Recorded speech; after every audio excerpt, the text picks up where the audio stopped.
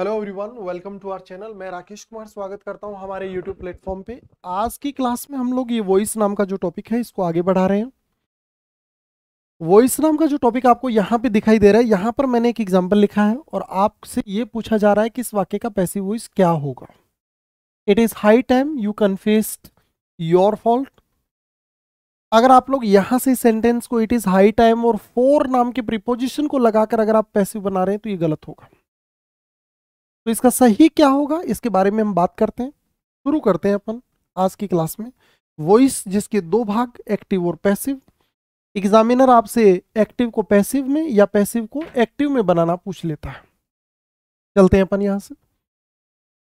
सबसे पहले आप लोग याद रखना, दो तरीके आप लोगों को बता देते हैं कि अगर आपको एक्टिव वॉइस में कोई ऐसा सेंटेंस दे दिया जाए जिसमें सेंटेंस की शुरुआत में इट इज टाइम दे दिया जाए या हाई टाइम दे दिया जाए। इट इज टाइम या हाई टाइम के बाद में टू प्लस मैन वर्ब का फर्स्ट फॉर्म और ऑब्जेक्ट दे दिया जाए, मतलब ये स्ट्रक्चर अगर आपको पैसिव वॉइस में देखने को मिल जाता है तो ऐसे सेंटेंस का पैसिव जो हम बनाया करते थे उसका पैसिव जो है वो कैसे बनेगा बताओ। ये इट इज टाइम और हाई टाइम, देखिए इसका कारण बताएंगे आपको कि इसका पैसिव बनता कैसे, ये शायद आपको बताओ, पर कैसे बनाया जाता है और क्यों बनाया जाता है वो कारण हम यहां पे पता करेंगे। थोड़ा सा ध्यान से देखिएगा एक बार। आपको कहा जा रहा है कि ऐसे सेंटेंस का अगर आपको पैसिव बनाना है तो आपको क्या करना होता है, इट इज टाइम या हाई टाइम जो भी दे रखा है उसको एज इट इज लिख देना। इतने भाग को आप एज इट इज लिख देना। उसके बाद में आप फॉर नाम का प्रेपोजिशन लिख देना, उसके बाद में ऑब्जेक्ट लिख देना और उसके बाद में to be plus main verb का थर्ड फॉर्म लिख देंगे। To be plus main verb का थर्ड फॉर्म लिख देंगे। ये उन सेंटेंसेस का पैसिव वॉइस बनाने का तरीका है जिन सेंटेंस की शुरुआत इट इज टाइम या हाई टाइम से हो जाती है और टू प्लस मैन वर्ब की फर्स्ट फॉर्म के बाद में ऑब्जेक्ट देखने को मिल जाता है। लेकिन यहां पे आपको ऐसा नहीं दिखाई दे रहा है। देखो यहाँ पे टू प्लस फर्स्ट फॉर्म नहीं दिखाई दे रहा है। तो हमारे लिए सवाल रहेगा कि इस वाक्य का पैसिव कैसे बनेगा। इसके ऊपर चलेंगे अपन, पहले इन दो चीजों को समझ ले फिर अपन इस पे चलेंगे। चलते हैं, बात करते हैं। थोड़ा सा पहले समझिए और फिर अपन इससे आगे बात करेंगे। देखो ये एग्जाम्पल अपन जो अभी लिख कर आए हैं इसको अभी अपन डिस्कस करेंगे। पहले ये बेसिक दे जानना जरूरी हो आपके लिए। चलिए गाइस, पता करते हैं अपन यहां से। कोई भी एक एग्जाम्पल लिख लेते हैं। मैंने यहां पे एक सेंटेंस लिखा है, it is time to help him. ये हमने कोई भी एक एग्जाम्पल लिख दिया। वाक्य आपका एक्टिव वॉइस का है, हमें चेंज करना है इसको पैसिव वॉइस में। पहले तो आप लोग ये देख लीजिए कि जैसा आप लोगों को ऊपर समझाया गया है क्या वैसे प्रकार का ये सेंटेंस है या नहीं है। चेक कीजिए पहले। देखते हैं आप लोग यहां पर, देखो क्या दिखाई दे रहा है, इट इज टाइम। यहाँ पे time, high time, about time कुछ भी आ सकता है, इससे फर्क नहीं पड़ेगा। जब तक आगे आप सब्जेक्ट नहीं लिखोगे तब तक इसका पैटर्न चेंज नहीं होगा। आगे देखो टू प्लस मैन वर्ब का फर्स्ट फॉर्म है और आगे आपको ऑब्जेक्ट दे रखा है, ये ऑब्जेक्ट। अगर ये सेंटेंस या इस पैटर्न पे कोई सेंटेंस बनता है तो उसका पैसिव कैसे बनाते हैं वो भी मैंने आपको नीचे बता दिया। अब इसका कारण जानेंगे कि ऐसा क्यों होता है। पहले तो हम इसे बना लेते हैं ताकि आपको ज्यादा परेशानी हो नहीं इसको लेकर। क्या करें बताओ। ये इट इज टाइम और हाई टाइम जो भी लिखा हो उसको तो लिख देते हैं अपन एज इट इज। फिर प्रेपोजिशन फॉर, ये प्रेपोजिशन के रूप में फॉर ही क्यों आया, कोई दूसरा प्रेपोजिशन क्यों नहीं आया, ये भी हमारा सवाल रहेगा। It is time for, object पहले लिख लेंगे। ऑब्जेक्ट इस बार हमारा हिम है ना। इट इज टाइम फॉर, थोड़ा सा इसको चेंज कर दें, फॉर हिम। प्रेपोजिशन दे रखा है ना। प्रेपोजिशन के बाद में प्रोनाउन आता है तो हमेशा ऑब्जेक्टिव केस आता है, ये याद रख लेना। आप ये सोचेंगे यहाँ पे हमने ही क्यों नहीं लिखा, मैंने कहा ये प्रेपोजिशन है इसलिए अपन ने ही ना लिखकर हिम लिख दिया। It is time for him to be, और हेल्प का थर्ड फॉर्म बोलो क्या आ जाएगा, हेल्प आ जाएगा। ये आपका सेंटेंस हो गया। It is time for him to be helped. अब देखो आप ये समझे कि हमने यहाँ पे ऑब्जेक्ट लिखा है तो यहाँ पे हिम क्यों लिखा, मतलब जो है वो ही क्यों नहीं लिखा। मैंने कहा ये इस प्रेपोजिशन के कारण है। प्रेपोजिशन के बाद में प्रोनाउन आ जाता है तो हमेशा ऑब्जेक्टिव केस आता है, ही का ऑब्जेक्टिव केस हिम होता है। ये हमारे पास इस वाले सेंटेंस का पैसिव बनाने का तरीका देख रहे हो। एक दो एग्जाम्पल इस पे चलते हैं, फिर हमने जो अभी एग्जाम्पल देखा था उसको और लिखेंगे। चलते हैं अपन इससे आगे आगे देखेंगे आप लोग। हमने एक सेंटेंस और लिख दिया, it is time to close the shop. बताओ भाई क्या करेंगे। ये आपके पास में सेंटेंस दे रखा है, एक्टिव वॉइस का है, पैसिव में चेंज करना है। बताओ कैसे बनेगा, क्या करें बताओ। इस वाले भाग को तो अपन एज इट इज लिख देते हैं, ये टू प्लस मैन वर्ब का फर्स्ट फॉर्म है, ये ऑब्जेक्ट है, सब कुछ दिखाई दे रहा है हमें। पहले अपन इट इज टाइम लिख देते हैं, फॉर नाम का प्रेपोजिशन लिख रहे थे अपन, शॉप को पहले ले आते हैं और टू प्लस मैन वर्ब की फर्स्ट फॉर्म को to be plus third form में चेंज कर देते हैं, ऐसा आपको बताया गया है। तो इसको चेंज करके अपन क्या बना देते हैं, टू बी क्लोज का थर्ड फॉर्म बोलो क्या हो जाता है, क्लोज्ड हो जाता है। ये तो हो गया हमारा आंसर। सवाल है ये कैसे बना, चलो आपको बताते हैं। सबसे पहले तो आपको बता दें कि यार इस वाले सेंटेंस में अगर आप देख रहे हो ना, तो ये इट नाम का जो सब्जेक्ट है, ये इट नाम का जो भाग दिखाई दे रहा है यहाँ पे, जो कि प्रोनाउन है, ये खुद सब्जेक्ट नहीं है यार।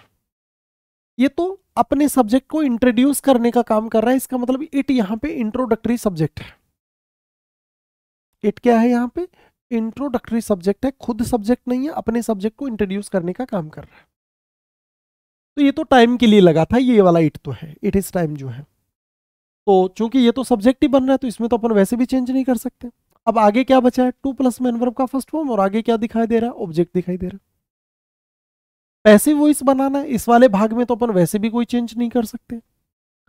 अब सवाल ये था कि फोर कहां से आया, क्योंकि इसमें तो फोर दे नहीं रखा। फोर के अलावा कोई दूसरा प्रेपोजिशन क्यों नहीं आया, आने को तो आ सकता था। तो इसके पीछे का कारण बताते। जब ये इट इज टाइम और हाई टाइम के साथ सेंटेंस में इन्फिनेटिव प्लस ऑब्जेक्ट दे दिया जाता है, तो ये पर्पस दर्शाता है, उद्देश्य दर्शाता है।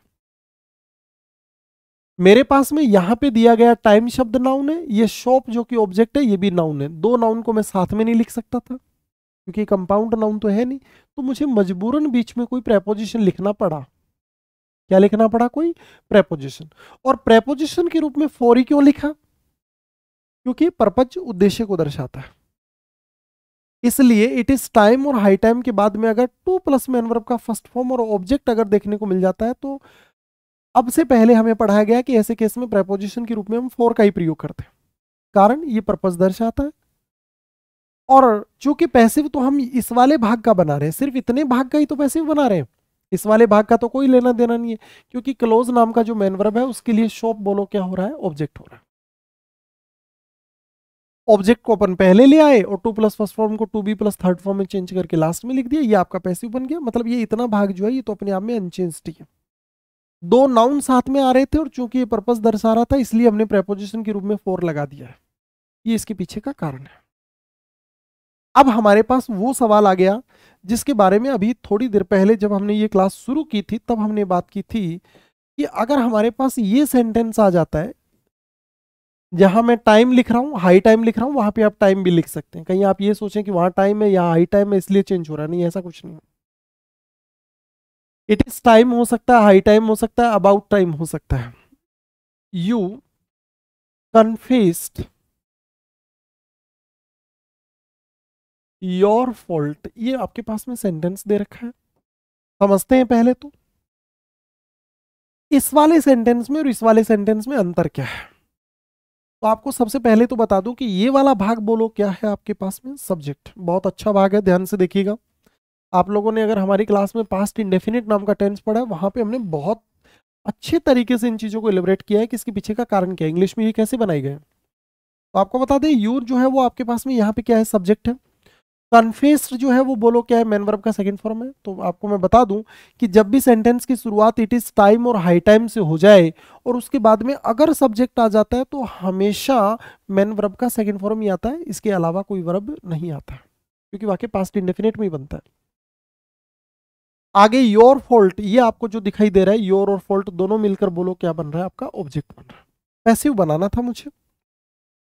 मेरी चिंता सिर्फ इतनी सी थी कि आज से पहले तो हमें तो पढ़ाया गया कि it is time high time आ जाता है तो उसमें प्रेपोजिशन के रूप में फॉर लगा देते हैं, पर मैं कह रहा हूं कि यहां पे हमें फॉर लगाने की जरूरत नहीं है। आपको बता दें ये इट इज हाई टाइम नाम का जो शब्द होता है, इसके बाद में जब ये सब्जेक्ट आ जाता है, यहां पे जब सब्जेक्ट आ जाता है तो ये इट इज टाइम और हाई टाइम जो है वो बोलो किसके रूप में यूज होता है, एडवर्ब ऑफ टाइम के रूप में यूज होता है। वहां पे इट इंट्रोडक्टरी सब्जेक्ट था, यहां पे इट इज हाई टाइम जो है वो एडवर्बियल फ्रेज है, मतलब एडवर्ब ऑफ टाइम को दर्शा रहा है। यहां पे सब्जेक्ट दे रखा है, ये मैन वर्ब दे रखा है, ये ऑब्जेक्ट दे रखा है। ये तो मेरे पास सेंटेंस में दिए गए प्रत्येक वर्ड का पार्ट ऑफ स्पीच हो गया। आप अगर थोड़े समझदार हो तो मुझसे सवाल में ये भी पूछ सकते थे या जान सकते थे कि सर यहाँ पे सब्जेक्ट आ जाता है तो यहाँ सेकंड फॉर्म क्यों लिखते हैं। अगर यहाँ सेकंड फॉर्म लिखते हैं तो यहाँ पे इज क्यों लिखते हैं, वोज क्यों नहीं लिखते हैं, क्योंकि अगर वो क्लोज पास्ट में है तो फिर इसको पास्ट में क्यों नहीं मान रहे। थोड़ा ध्यान देने वाली बात है। तो जैसे कि मैं आपको बता दूं अभी जो टाइम हो रहा है वो लगभग 4:30 बज रहे हैं। मैं कह रहा हूं कि अगर मान लो हमारी क्लास 4:30 बजे तक की होती है, मान लो, और किसी एक दिन 4:40 हो जाते हैं, क्लास में बैठा एक बंदा बोलता है कि सर क्लास का टाइम हो गया, 4:40 पे बोल रहा है कि सर क्लास का टाइम हो गया, तो मैं बोल रहा हूं कि बताओ भाई वो बोल कब रहा है, प्रेजेंट में, मतलब 4:40 पे, और टाइम कब हो गया, अब से पहले पास्ट में। ऐसी सिचुएशन को दर्शाने के लिए इट इज टाइम और हाई टाइम का इस्तेमाल किया जाता है जब बाद में सब्जेक्ट दिया जाता है।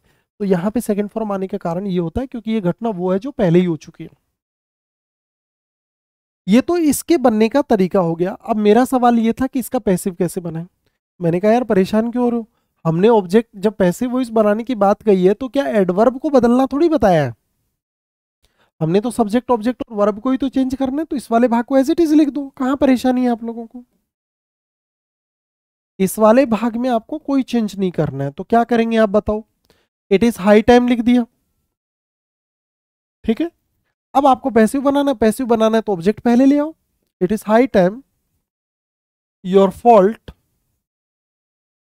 कन्फेस्ड, योर फॉल्ट कन्फेस्ड का जो है पैसिव में चेंज करना है, तो बताओ किस में चेंज कर देंगे, be verb plus third form में, मतलब वॉज कन्फेस्ड आ जाएगा। क्या आ जाएगा यहाँ पे, वॉज कन्फेस्ड आ जाएगा। It is high time your fault was confessed by you, you का सब्जेक्टिव ऑब्जेक्टिव दोनों ही सेम होता है, ये इसका पैसिव बन जाएगा। यहां पर आपको फॉर वगैरह प्रेपोजिशन लगाने की जरूरत नहीं है। उम्मीद करता हूं आप लोगों ने अगर ऐसे प्रकार के सेंटेंस पढ़े होंगे, ऐसे प्रकार के सेंटेंस का पैसिव कैसे बनता है इस बारे में नहीं पता किया होगा। अगर आपने पता किया भी और इसका पैसिव भी बनाया तो आपको ये नहीं पता होगा कि हमने इस वाले भाग को चेंज क्यों नहीं किया, क्योंकि तो एडवर्ब है पूरा का पूरा भाग। हमें पैसिव चेंज करना था, बाद वाले भाग को लिख दिया और पैसिव चेंज कर दिया। ये हमारे पास एक प्रकार के सेंटेंस और थे जिनके बारे में आज की क्लास में हमने बात की। तो इसी तरीके के इंटरेस्टिंग चीजों को जानने के लिए, एग्जाम ओरिएंटेड चीजों को जानने के लिए आप हमारे साथ जुड़े रहिए। मिलते हैं अपन अगली क्लास में। आज के लिए बस इतना ही। धन्यवाद।